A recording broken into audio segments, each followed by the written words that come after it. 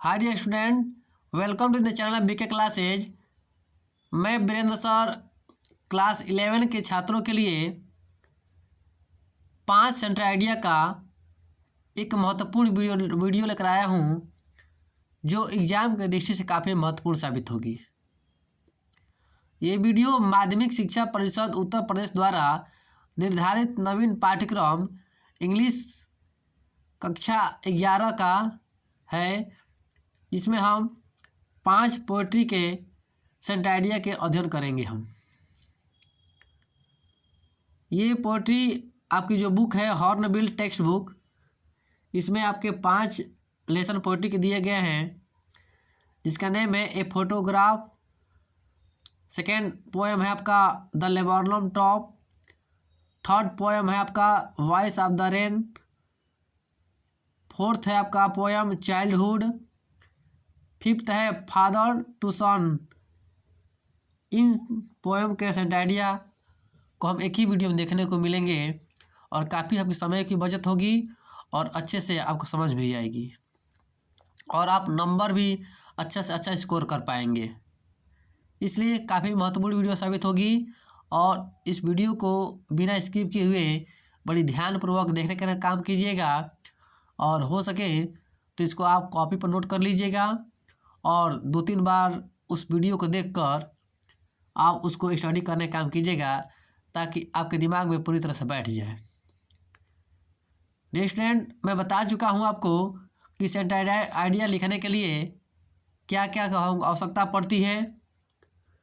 इसके लिए मैं एक वीडियो भी डाल चुका हूँ, फिर भी मैं बता दे रहा हूँ कि सेंट आइडिया लिखने के लिए आपको लेसन का नेम, उसके बाद पोएट या पोएटेस का नेम, कवि या कवित्री का नेम और उसकी पूरी समरी होनी चाहिए, आपको आनी चाहिए। और साथ साथ में उसकी फीलिंग्स भी जानकारी होनी चाहिए आपको कि ये पोएम किस विषय पर है। इतना चीज़ होने के बाद आप बहुत आसानी से आप सेंट आइडिया बना सकेंगे। तो आइए हम पहला सेंट आइडिया का स्टडी करने चलते हैं और सेंट आइडिया का स्टडी करने से पहले हम इसको समरी को समझेंगे, फिर लाइन बाय लाइन जो है सेंट आइडिया के मीनिंग को समझकर दिमाग में बैठाने का काम करेंगे। मैं फिर बता रहा हूँ कि ये काफ़ी महत्वपूर्ण वीडियो साबित होगी, इसलिए इस वीडियो को ध्यान से पढ़िएगा। अगर वीडियो अच्छा लगेगा तो लाइक सब्सक्राइब और शेयर कीजिएगा, इससे हमको उत्साह मिलता है और मैं आपके लिए और वीडियो लाने के लिए मैं प्रेरित होता हूँ। यही आपसे रिक्वेस्ट रहेगी हमारी। आइए चलते हैं। पहला लेसन है आपका पोएट्री का ये फोटोग्राफ, जो लिखा गया है शर्ली टॉनसन द्वारा लिखा गया है और इसके सबसे पहले समरी को समझने का काम करेंगे। पोएटेस शर्ली टॉनसन की कविता ये फोटोग्राफ कवित्री की ओर से उसकी माँ को श्रद्धांजलि है। कविता समय परिवर्तन के 3 चरणों का वर्णन करती है। प्रथम चरण में छायाचित्र अर्थात फोटोग्राफ कवित्री की माँ को समुद्र तट पर अपने 2 चचेरी बहनों के साथ अपनी छुट्टी का आनंद उठाते हुए दिखाता है। उस समय वह लगभग 12 वर्ष की थी।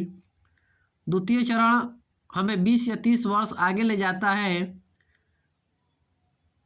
माँ समुद्र तट पर छुट्टी मनाने के समय पहने गए अपने और अपनी चचेरी बहनों के कपड़ों पर हंसती थी। तृतीय चरण में कवित्री दुखी हृदय से अपनी मृतक माँ को याद करती है। कवित्री की उदासीन भावना को छायाचित्र फिर से जीवित कर देता है। तो ये था इसका समरी। अब चलते हैं लाइन बाय लाइन अध्ययन करने के लिए। द पोएटेस शर्ली टॉनसन सोच दिखाती है ए लविंग ट्रिब्यूट, एक प्यारा श्रद्धांजलि टू हर मदर, अपनी माता का इन दिस पोएम, इस कविता में।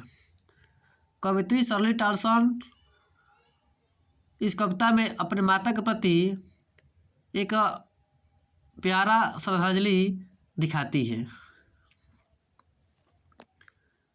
सी टेल्स, वह कहती है about human life,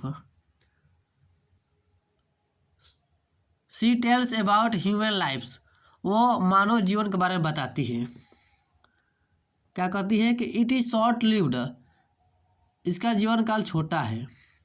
and it has 3 stage of life, और जीवन के 3 लेवल हैं, स्तर हैं।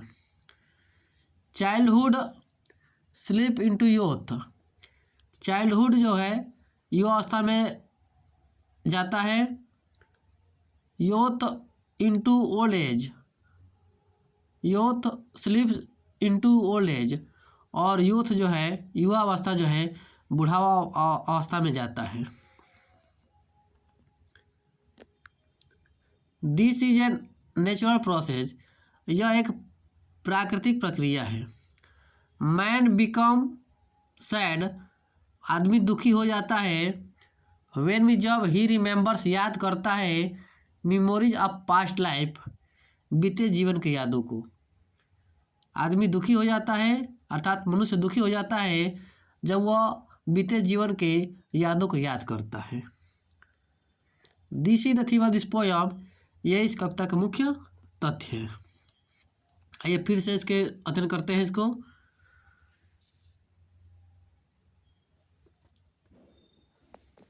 कवित्री शर्ली टाल्सन इस कविता में अपनी माता के प्रति एक प्यार भरा श्रद्धांजलि देती है, दिखाती है। वह जो है मानव जीवन के बारे में बताती है। कहती है कि यह जो है इसका जीवन काल छोटा है और जीवन के 3 स्तर हैं। बचपन, युवावस्था में फिसलता है, और युवावस्था जो है बुढ़ापा में फिसलता है। यह एक प्राकृतिक प्रक्रिया है। आदमी दुखी हो जाता है जब वह अपने बीते जीवन के यादों को याद करता है। तो ये था इसका होल मीनिंग था। अब चलते हैं अगले सेंट आइडिया पे। अगला सेंट आइडिया है आपका लेसन 2 का द लेबर्नम टॉप, जो लिखा गया है टेड ह्यूज द्वारा लिखा गया है। इस कविता के समरी को समझने का काम करते हैं। द लेबर्नम टॉप एक सुंदर कविता है जिसमें कवि ने अमलतास के पेड़ और गोल्डफिंच पक्षी को जीवन और उसके उतार चढ़ाव के प्रतीक के रूप में प्रयुक्त किया है। इस कविता में कवि वर्णन करता है कि किस प्रकार से गोल्डफिंच पक्षी के आने से अमलतास का पेड़ परिवर्तित हो जाता है। जब गोल्डफिंच पक्षी के बच्चे उसे देखकर प्रतिक्रिया करते हैं और चहचहाते हैं, तब अमलतास का पेड़ जीवंत हो जाता है। जब गोल्डफिंच पेड़ को छोड़कर चली जाती है तो वह पुनः शांत और स्थिर बन जाता है। अमलतास का पेड़ हमारे समान जीवन का प्रतीक है, जो सामान्यतः उबाऊ और निर्जीव है। गोल्डफिंच इसके सामान्य स्वरूप को बदलता है, ये पक्षी इसको बदलती है, सामान्य स्वरूप को बदलती है और इसे जीवंत बना देती है। गोल्डफिंच के बिना अमलतास का पेड़ अन्य दूसरे पेड़ों के समान है। दूसरे शब्दों में यह जीवन के प्रति एक इंसान की अभिवृत्ति है जो जीवन को अर्थपूर्ण और जीने योग्य बनाती है। ये था लेसन 2 का समरी, जिसका नेम है लेबर्नम टॉप, यानी अमलतास पेड़ की सबसे ऊपरी भाग। आइए इसके अध्ययन करते हैं। The poet Ted Hughes tell us that, हम बताते हैं कि दिस पोएम, यह कविता, is about a unique relationship, एक अनोखा संबंधों के बारे में है, between laburnum tree and goldfinch bird, अमलतास के वृक्ष और गोल्डफिंच पक्षी के बीच में एक अनोखे संबंधों के बारे में है। The tree is yellow silent, पेड़ जो है येलो है, पीला पड़ चुका है, अर्थात पेड़ों की पत्तियां गिर चुकी है, साइलेंट और शांत है, एंड डेथ लाइक, और मृतक के समान है, अर्थात निर्जीव है। But the tree is made alive by the bird। फिर चलते हैं, रिपीट करना इसको। But tree is made alive by the bird, लेकिन पेड़ जो है एक चिड़िया के द्वारा पुनः जीवित हो जाता है, अर्थात एक चिड़िया द्वारा जीवित किया जाता है। एज सुन एज, जैसे ही बर्ड चिड़िया बिगेंस टू ट्रिप, चहचहाना शुरू करती है, वैसे ही द साइलेंट ट्री, यानी निर्जीव वृक्ष यानी शांत वृक्ष, सीम्स एलाइव, सीम्स लिव, जीवित प्रतीत होता है, विथ फुल ऑफ थ्रिल, रोमांच से भरकर, मतलब उत्साह से भरकर, उत्तेजना से भरकर जीवित साबित होता है। फिर से चलते हैं, रिपीट करते हैं इस पोएम को फिर से। The poet Ted Hughes tell us that, हमें बताते हैं कि दिस पोएम, यह कविता, is about a unique relationship, एक अनोखे संबंधों के बारे में है, between the laburnum tree and the goldfinch bird, अमलतास के वृक्ष और गोल्डफिंच चिड़िया के बीच में एक अनोखे संबंधों के बारे में बताती है। The tree is yellow silent and death like, पेड़ पीला है अर्थात पीला पड़ चुका है, अर्थात इसकी पत्तियां गिर चुकी है, साइलेंट शांत है, एंड डेथ लाइक और निर्जीव है। But tree is made alive by the bird, लेकिन पेड़ जो है एक चिड़िया के द्वारा जीवित हो जाता है। एज सुन एज, जैसे ही बर्ड्स बिगन टू चिप, चहचहाना शुरू करती है, वैसे ही the silent tree seems live, शांत पेड़ जो है जीवित प्रतीत होता है, विथ फुल ऑफ थ्रिल, उत्साह से भरकर। This is the theme of this poem, यही इस कविता का मुख्य तथ्य है। ये था सेकेंड पोयम का सेंटर आइडिया। अब चलते हैं थर्ड पोयम, जिसका नेम है the voice of the rain, बारिश की आवाज़। ये भी काफ़ी अच्छी सेंटर आइडिया है और इस लेसन का नेम है the voice of the rain और लिखा गया है वाल्ट विटमैन द्वारा लिखा गया है। आइए इसको पहले समरी समझने का काम करते हैं। वाल्ट विटमैन की कविता the voice of the rain में कवि बारिश के जीवंत भूमिका को प्रकट करता है कि किस प्रकार बारिश धरती के विभिन्न तत्वों का पोषण, शीतलता प्रदान करना और शुद्धिकरण करती है। बारिश अपने उद्गम स्थल के अनुग्रह को लौटाती है, अर्थात उदारता को लौटाती है, जहाँ से यह अदृश्य रूप में पानी की गहराई और भूमि से उत्पन्न हुई है। बारिश पाठक को स्वयं अपने उद्गम कार्य और चक्रीय गतिविधियों के बारे में बता रही है। बारिश और संगीत के बीच में तुलना की गई है, क्योंकि दोनों ही दुनिया को अधिक जीवंत बनाते हैं और अपना उद्देश्य पूर्ण करने के उपरांत अपने उद्गम स्थल पर लौट जाते हैं। ये था इसका summary the voice of the rain का। अब आइए इसके सेंटर आइडिया को अध्ययन करने का काम करते हैं। The poet Walt Whitman points out that, बताते हैं कि बोथ रेन एंड पोएट्री, बारिश और कविता, holds a significant position on the earth, holds में रखती है ए सिग्निफिकेंस, एक महत्वपूर्ण पोजीशन में स्थान, ऑन द अर्थ में धरती पर। पोएट वाल्ट विटमैन बताते हैं कि बारिश और कविता दोनों पृथ्वी पर एक महत्वपूर्ण स्थान रखती है। The rain originate from the bottom of the sea in the form of water vapours, बारिश समुद्र के तले से निकलती है in the form of water vapour, पानी के बूंदों के रूप में।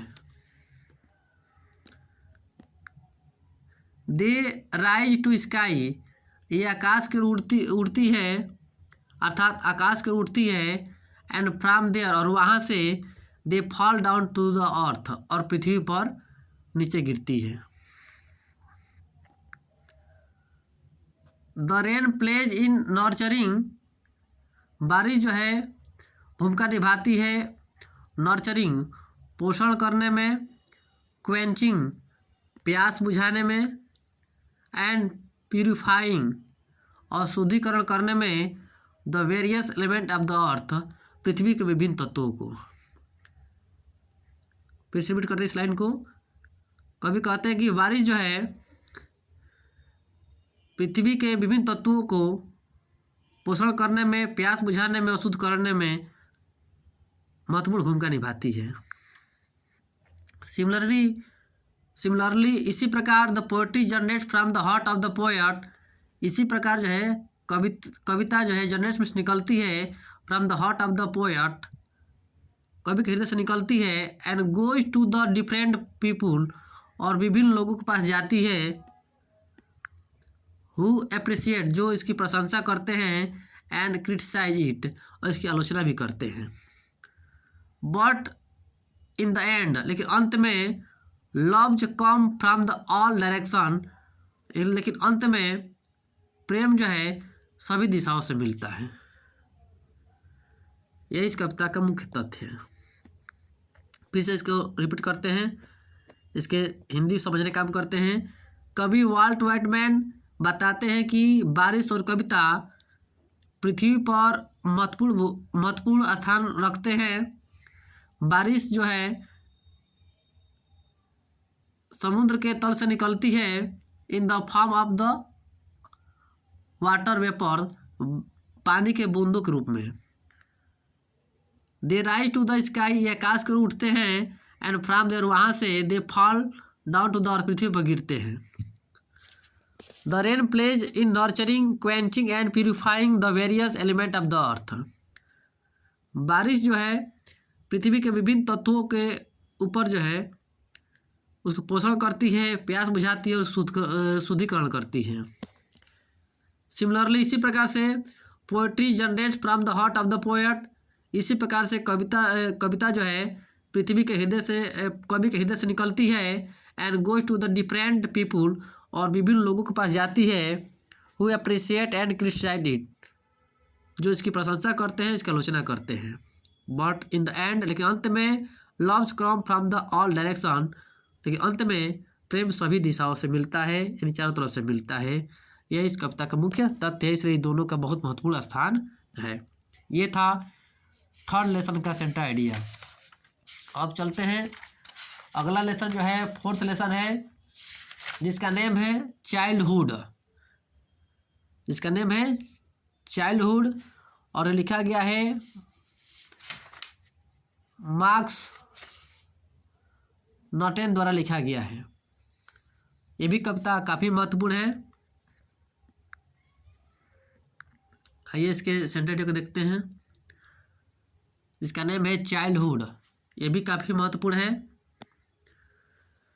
पहले इसके समरी को समझेंगे, और सबसे पहले समरी समझने से पहले इसका नेम जानेंगे कि इस लेसन का नेम है चाइल्डहुड, और इसके अर्थ होता है बचपन, और कंपोज बाय मार्कस नॉटेन द्वारा लिखा गया है। आइए इसको समरी समझने का काम करते हैं। इस कविता में कवि अपने खोए हुए बचपन के विषय पर गहनता सोचता है।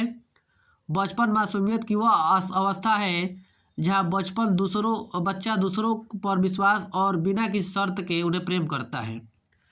कवि अपने जीवन के उन अवस्थाओं को स्पष्ट करने का प्रयास करता है जब संसार के प्रति उसके विचार और अनुभव बदल गए हैं। कविता परिपक्वता या बचपन की खोने की ओर प्रथम कदम की व्याख्या करती है। स्वयं के विचार रखना और दूसरों से प्रभावित नहीं होना भी परिपक्वता या बचपन खोने का संकेत है। कविता हमारे समाज में प्रचलित पाखंड अर्थात दिखावा की ओर भी संकेत करती है, जहाँ लोग एक दूसरे के प्रति अच्छे होने का दिखावा करते हैं, लेकिन वास्तव में वे एक दूसरे को पसंद नहीं करते हैं। आइए इसके समरी को समझने का काम करें हम। The poet Markus Natten wants to tell बताना चाहते हैं अबाउट हिज लॉस्ट चाइल्डहुड, अपने खोए हुए बचपन के बारे में। आगे बताते हैं कि the innocence of his childhood has been gone, बताते हैं कि इनोसेंस भोलापन ऑफ मीन्स के ही चाइल्डहुड उसके बचपन के भोलापन जो है हैज़ बीन गॉन चले गए हैं। नाउ मिस ऑब ही अंडरस्टैंड समझता है the behaviour of the people, लोगों के व्यवहार को समझता है अराउंड हिम, जो उसके चारों तरफ है, इस व्यवहार को समझता है। ही रियलाइज दैट, वह एहसास करता है कि पीपुल आर नॉट, वैसे लोग ऐसे नहीं हैं व्हाट दे सीम, जैसे वे दिखते हैं, इस बात को महसूस करता है।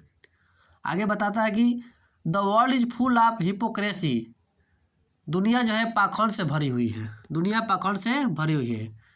फाइनली अंत में ही पॉइंट्स आउट दैट, वह इशारा संकेत करते हैं कि he childhood had gone to some forgotten place, कि इसका बचपन जो है किसी खोए स्थान पर चला गया है। अब चलते हैं फिर से इसके मीनिंग समझने का काम करते हैं। The poet Markus Natten want to tell us that the poet Markus Natten wants to tell us about his childhood, कवि जो है मार्कस नॉटेन जो है उसके खोए हुए बचपन के बारे में बताते हैं, अर्थात अपने खोए हुए बचपन के बारे में बताते हैं। फिर से रिपीट करते हैं। The poet Markus Natten wants to tell us about his lost childhood, कवि मार्कस नॉटेन जो है अपने खोए हुए बचपन के बारे में हमें बताते हैं। The innocence of his childhood has been gone, उसके बचपन का भोलापन जो है, उनके बचपन का भोलापन चला गया है। नाउ अब ही understand the behaviour of the people around him, अब वह जो है लोगों के व्यवहार को समझता है जो उसके चारों तरफ है। ही रियलाइज डैट, वह एहसास करते हैं कि people are not what they seem, वो जो है एहसास करते हैं कि लोग वैसे नहीं है जैसे को दिखाई देते हैं। The world is full of hypocrisy, दुनिया पाखंडों से भरी हुई है, दिखावा से भरी हुई है। Finally he points out that he childhood had gone to some forgotten place, अंततः वह इशारा करते हैं कि उनका बचपन जो है किसी खोए हुए स्थान पर चला गया है। ये था फोर्थ लेसन का सेंट आइडिया। अब चलते हैं लास्ट सेंट आइडिया, जिसका नाम है फादर टू सन। ये काफ़ी महत्वपूर्ण है, ये हम सबके जीवन पर भी लागू होती है, इसलिए इस वीडियो को ध्यान से देखिएगा। और इस वीडियो में सेंट आइडिया जो बता रहा हूँ ये काफ़ी महत्वपूर्ण साबित होगी, क्योंकि आने वाले जीवन में हम किसी समाज का हिस्सा बनेंगे, इसलिए इसको याद रखिएगा और एक शांति जीवन और प्रेम पूर्वक जीवन जीने का काम कीजिएगा और अपने समाज में लेकर अपने बच्चों को जीने का काम कीजिएगा, जो काफ़ी महत्वपूर्ण साबित होगी। तो आइए फादर टू सन ये लिखा गया है एलिजाबेथ जेनिंग्स द्वारा लिखा गया है, एक काफ़ी महत्वपूर्ण सेंट आइडिया है, इसके भी हम समरी को समझने का हम काम करते हैं। कवित्री एलिजाबेथ जेनिंग्स कहती है कि इस कविता का केंद्रीय भाव पीढ़ी का वह अंतराल है जो तब उत्पन्न होता है जब दो पीढ़ियों के बीच पारस्परिक समझ, सहनशीलता और स्वीकृति की कमी के कारण संवाद की कड़ी टूट जाती है। कविता एक आंतरिक द्वंद्व को दर्शाती है, जिसे एक पिता तब महसूस करता है जब उसका बेटा बड़ा होता है और अपने स्वयं के हितों, विचारों और धारणाओं को रखता है। दुखी पिता शिकायत करता है कि एक घर में बहुत सालों तक एक साथ रहने के बावजूद वो अपने बच्चे को समझ नहीं सकता है। एक बंधन में बंधने के बजाय वे एक दूसरे से दूर हो गए हैं। इस अंतर का परिणाम संवाद का न होना और एक दूसरे को न समझ पाना है। यदि दोनों आगे बढ़ने का निश्चय करें और भूलना और माफ़ करना चाहें तो उनका संबंध सुधर सकता है। एक दूसरे के मतभेदों का सम्मान करना ही अभिभावक और बच्चों के बीच की दूरी को समाप्त करने का एकमात्र विकल्प है। ये था इसका समरी जो काफ़ी महत्वपूर्ण है। बहुत ध्यानपूर्वक इसको दिमाग में बैठा लीजिएगा, काफ़ी आपके जीवन में महत्वपूर्ण साबित होगी। आइए इसके सेंटेडियो को लाइन बाय लाइन अध्ययन करते हैं। The poetess Elizabeth Jennings points out that बताती है कि दिस पोएम या कविता is based on generation gap between father and a son. कविता एलिजाबेथ बताती है कि यह कविता एक पिता और पुत्र के बीच पीढ़ियों के अंतराल के ऊपर आधारित है। ऑल्दो हालांकि they live in the same house, हालांकि वे दोनों एक ही घर में रहते हैं। They are stranger to each other, फिर भी वे एक दूसरे से अनजान हैं, इफ बोथ ऑफ देम, यदि उनमें से दोनों डिसाइड निर्णय कर ले टू फॉरगेट भूलने के लिए एंड फॉरगिव माफ करने के लिए, यदि उनमें से दोनों जो है भूलने के लिए माफ करने के लिए निर्णय कर ले तो देयर रिलेशनशिप में भी इम्प्रूव, उनका संबंध जो सुधर सकता है। वी कैन से डैट, हम कह सकते हैं कि रिस्पेक्टिंग ईच अदर्स डिफरेंस, एक दूसरे के अंतरों को सम्मान करते हुए, इज द ओनली वे, यही एकमात्र रास्ता है, to diminish the gap between parents and children, माता पिता और बच्चों के बीच अंतराल को कम किया जा सकता है। ये काफ़ी महत्वपूर्ण सेंट आइडिया है। आइए फिर से कुछ जानते हैं, इसको पढ़ने का काम करते हैं। The poetess Elizabeth Jennings points out that, बताती है कि this poem is based on generation gap between a father and son, यह कविता जो है एक पिता और पुत्र के बीच पीढ़ियों के अंतराल के ऊपर आधारित है। Although they live in the same house, हालांकि वे एक ही घर में रहते हैं। They are stranger to each other, फिर भी एक दूसरे से अनजान है। इफ बोथ ऑफ देम, यदि उनमें से दोनों to decide to forget and forgive, भूलने के लिए और माफ़ करने का निर्णय करते हैं तो देयर रिलेशनशिप में इम्प्रूव, तो उनका संबंध सुधर सकता है। वी सेड डैट, हम कह सकते हैं कि रिस्पेक्टिंग ईच अदर्स डिफरेंस, हम कह सकते हैं कि एक दूसरे को अंतरों को सम्मान करते हुए, इज द ओनली वे, यही एकमात्र रास्ता है, to diminish the gap between parents and children, तो माता पिता और बच्चों के बीच के अंतराल को कम किया जा सकता है।